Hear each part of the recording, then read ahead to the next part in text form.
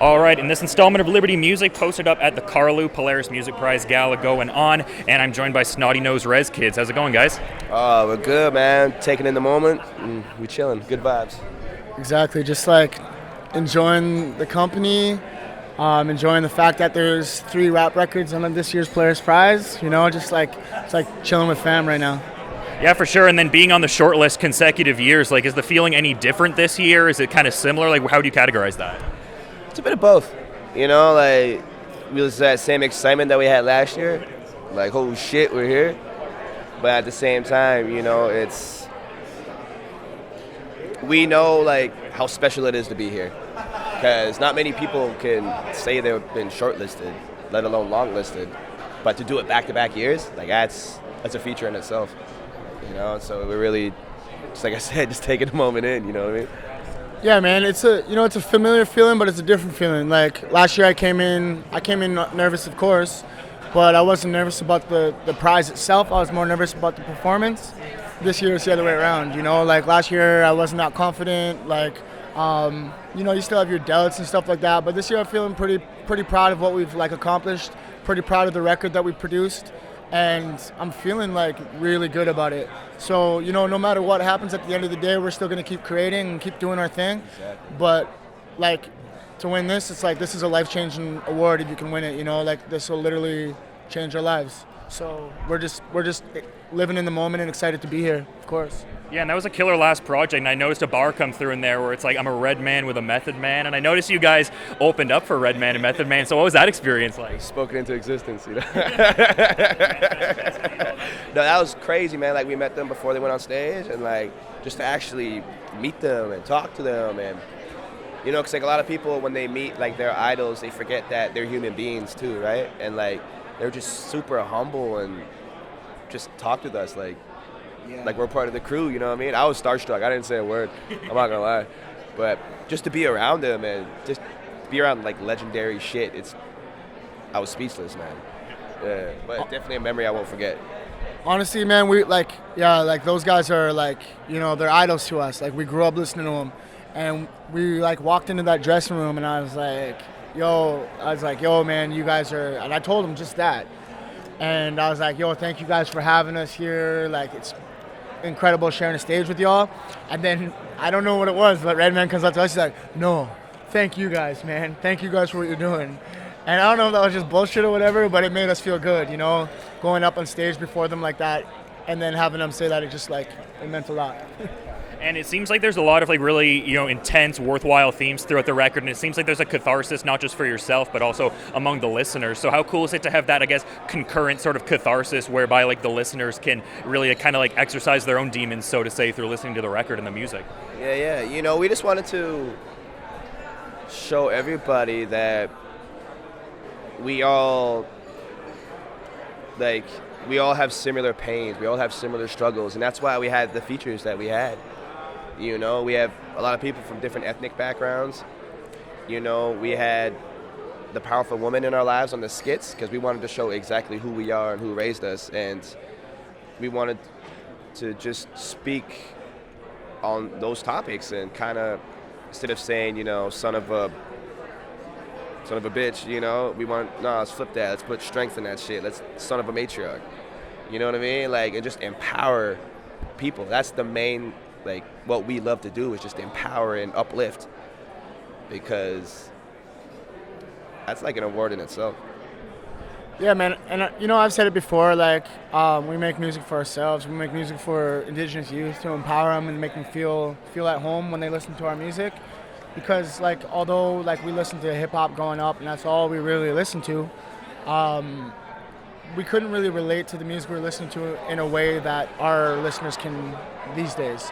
But with that said, like, we like to make bops, you know? We like to make music that everyone can really, like relate to. And that's why we made Trapline the way that we did. And we took people from different walks of life, different sections of the world, different backgrounds, different ethnicities, and we brought them all onto this one record that me and Darren treasured so like deeply, and let them tell their story as well. Because at the end of the day, like you said, we're not that different, you know? And we just want to let our listeners know that. Yeah, for sure. And I noticed you guys talk about minay a lot, like talking about brother and like this sense of brotherhood and community. And it's not just like a gendered sort of thing. Like it's just like this general sense of community. So I guess what does the word minay mean to both of you guys respectively? You know, in our language, the Haslakala language, the full word is minesu.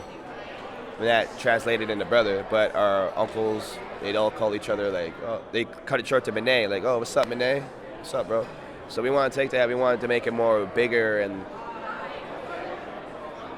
stronger and unified with like, it's family, you know what I'm saying? Like minay, that's like, it's my brother, it's my sister, it's my family until the day I die and beyond, you know? So that's why we say it's a movement, the minay movement.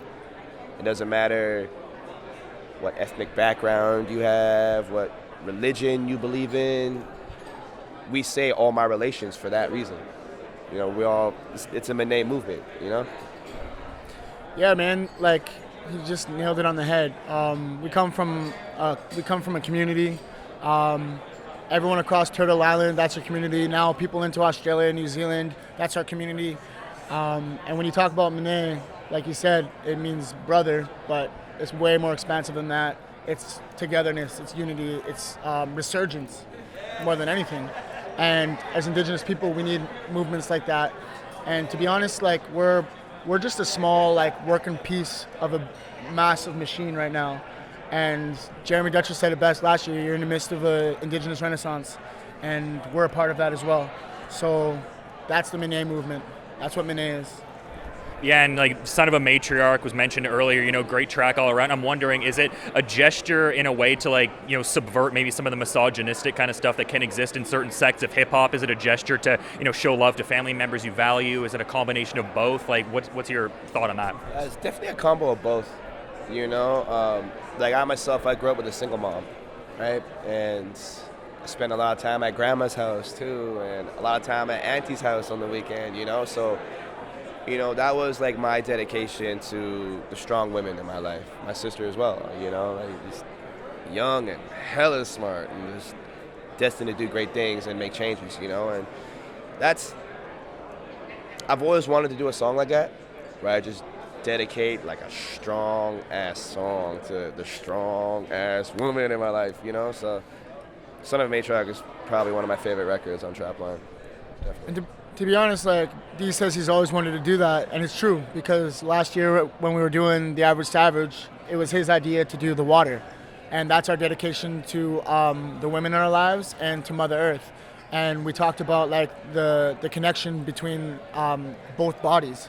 So when we thought about the idea of Son of a Matriarch, we wanted to really pay homage to the important women in our lives. We come from a matriarchal system, and we would be nothing without our big aunties, our big cousins, our moms, our grandmas, without all these women. And you mentioned how hip-hop is male-dominated. That's why we brought the sorority onto that record, because those women are some of the baddest MCs in Canada right now. And we wanted to pay homage to that. We wanted to bring them onto that record and let them know, or let the world know, like, not even let the world know, like, we're not like exposing them to anything. They've already like built their lane. They already like created their lane, but we wanted to share a record on our album with them, where we showcase like three of like the hardest rappers in this country. So that's what we did with Son of a Matriarch. Yeah, for sure. And in kind of wrapping things up here, like, I mean, Trapline, a great record, a lot of interesting lyrical themes in it, but also Rez Bangers and Kula Pops was a record you guys were talking about putting out, more of like a fire-up kind of a record. Is that kind of like next in line for you guys? Like, where are you at in terms of the next record? Not to overlook this album, obviously, but... You know, I will never say that we're going to shelf that record forever, but, you know, we're hitting the studio in a couple days. And, you know, we'll see what happens, man. We just want to record some new music. And yeah, we got a few days here out in Toronto, and we're going to get back into Sandbox Studios with our boy KR, and we're just going to lay some shit down on wax, man. Who knows where it'll take us. We got concepts, ideas in mind, but we're not going to give that away just yet. No, that's good, man. And I really enjoyed the record and everything like that. I think the youth hip-hop workshops you guys do are really great and everything like that. And I just, again, really appreciate the time. Thanks. Oh, thanks for having us, man. Yeah, man, thanks for having us. It's an honor to be back here. Snotty Nose Rez Kids, Polaris Prize, let's get it.